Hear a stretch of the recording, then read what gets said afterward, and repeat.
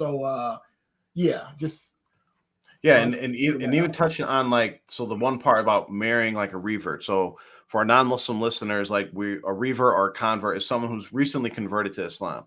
We've talked Mhm. about, the importance of being on the same mental wavelength, spirituality, and all these different things of, when you're actually selecting a partner.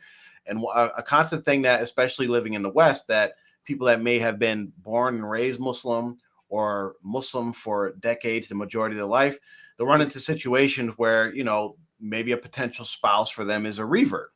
And speaking from the male perspective, because this is the male's world, if you are a person that, if you are a revert or a convert or not, or if someone's been Muslim your whole life, you have to know what you're getting into when you're marrying someone who's a revert or convert, because especially living in this westernized non-Muslim society, there's a lot of things that are instilled in us that we think are normal or are okay, that are not okay. Like, not, and this is even before we even get into like relationship type stuff, right? There's just Mhm. certain things that, like, going through school or whatever, we're like, oh, that's okay. Like, that's normal in a relationship, or that's normal behavior, when it's actually not, and it's not cool Islamically.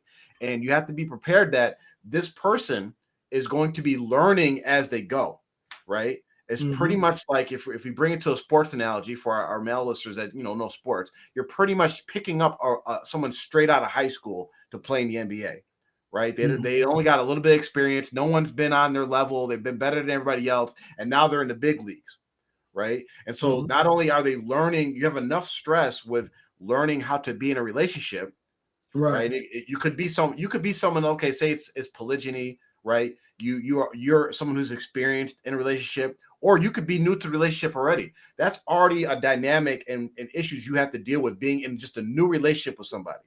But then you add on, like, okay, now you actually have to learn your deen too, and how to think as a Muslim, because you literally have to rewire how you think, right? For instance, a revert, right? Feminine or male and female interactions are different for non-Muslims, Yeah. right? It's Mhm. okay for non-Muslims to have female or male friends that aren't their family members, right? And Right. especially like in our African American community, we do this thing where we say people are family because, like, maybe you grew up together, or Mhm. maybe like their parent was friends with your parents. You start calling them uncle, cousins, this and that, and you're not related at all. But you might not have any type of sexual attraction towards each other.